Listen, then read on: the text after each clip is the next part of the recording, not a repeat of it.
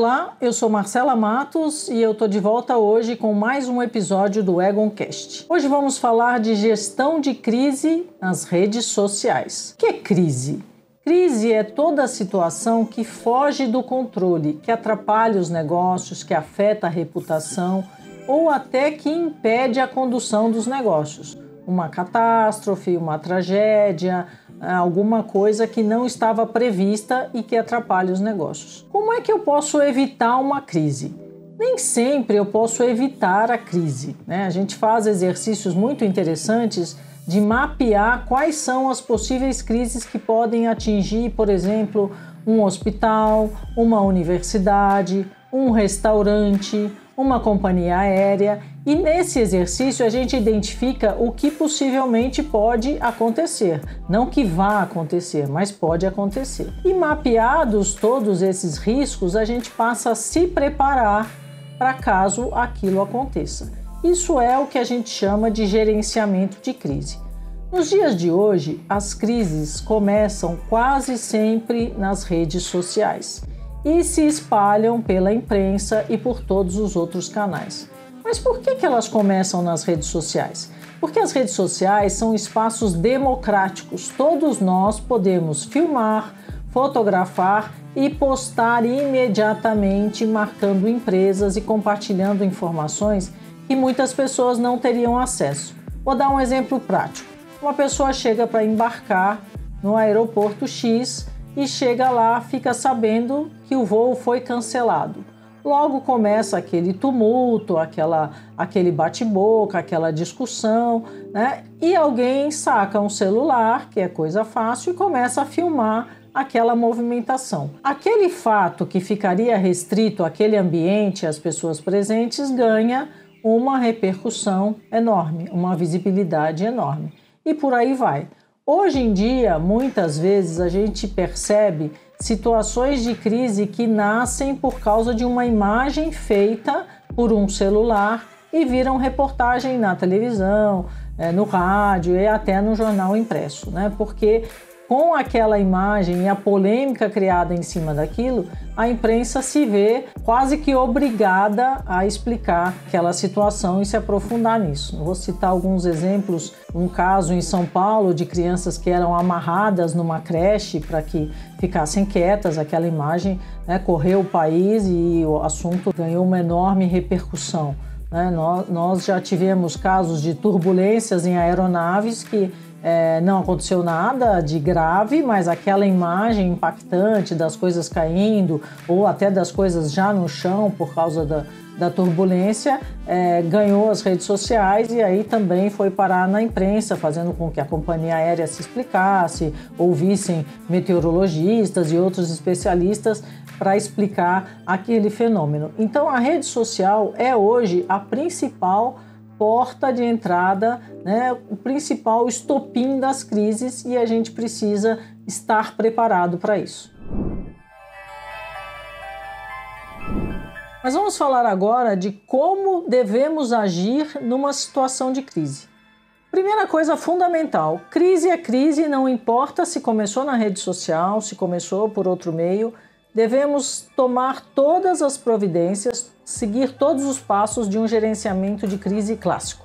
Primeira coisa, decretar a situação de crise, né? Ah, mas que bobagem, tem que dizer que é uma crise? Não, tem que dizer, porque abre-se um precedente no funcionamento da empresa para dizer, olha, estamos atravessando esse momento difícil e vamos concentrar os esforços no manuseio, né? Eu ia falar uma palavra errada, não, é manuseio, não é manutenção, é manuseio da crise, né? Eu posso mitigar uma crise? Não, eu posso administrar, eu posso gerenciar, eu posso manusear esse momento para que o impacto seja o menor possível. Então eu decreto a crise, eu abro a chamada sala de crise, né? Eu crio um espaço para que as pessoas possam se encontrar e tratar desse assunto com segurança, com privacidade, né? Sem risco do assunto vazar, e convoco para essa sala de crise as pessoas que fazem parte do comitê de crise, né? Toda empresa precisa ter um comitê de crise preparado para ser acionado a qualquer momento, assumir a posição na sala de crise e ajudar a tomar as decisões que precisam ser tomadas. E quais são essas decisões? A primeira delas é criar um posicionamento, uma nota formal para responder às eventuais solicitações da imprensa. Eu vou mandar essa nota para todo mundo? Então, não, de forma alguma. Eu vou apenas agir respondendo, né? Eu vou tomar uma postura reativa, eu vou apenas entregar essa nota para quem solicitar, né? E a nota deve dizer apenas aquilo que a empresa já sabe até o momento. Então, ela não deve buscar culpados, ela não deve dar explicações complexas, ela deve apenas dizer, confirmar o que já se sabe e dizer o que a empresa está fazendo para tomar providências, para acolher feridos, enfim, familiares e coisas do gênero. Lembrando sempre que o posicionamento da empresa deve ser de cautela, deve ser de respeito à dor do outro, né? Não deve ser um posicionamento raivoso, um posicionamento rancoroso, né? Ao contrário, deve ser um posicionamento mais humilde, um posicionamento mais cauteloso e um posicionamento de dar suporte às investigações, ajudar as autoridades para o esclarecimento dos fatos, né? E manter a sala de crise aberta até o fim do episódio de crise, né? Até que as coisas realmente se acalmem e os fatos parem de repercutir, o assunto caia no esquecimento. 2 dicas para a crise que nasce nas redes sociais. Não devemos apagar comentários, jamais. Responder sempre de maneira superficial, sem entrar na polêmica.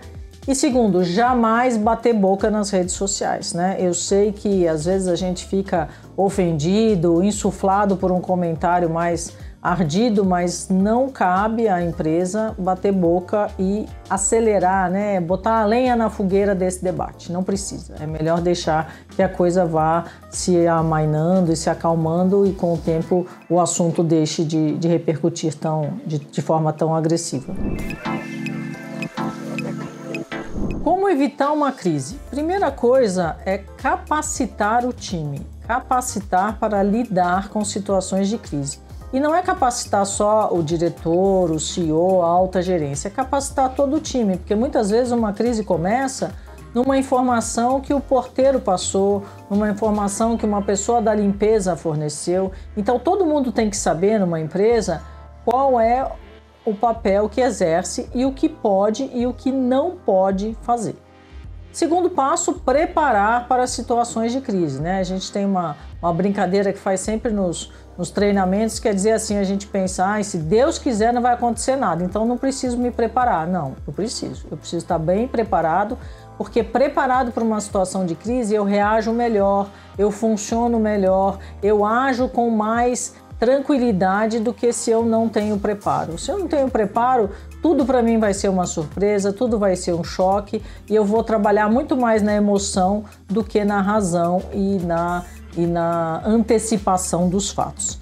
E por fim, caprichar na sinergia entre os times, né? É preciso que operações, comercial, né, TI e a diretoria e todas as áreas estejam muito bem conectadas para que todas trabalhem pelo bom manuseio, pelo bom gerenciamento da crise, para que realmente o problema acabe o quanto antes e não cause danos tão sérios à imagem e à reputação da empresa.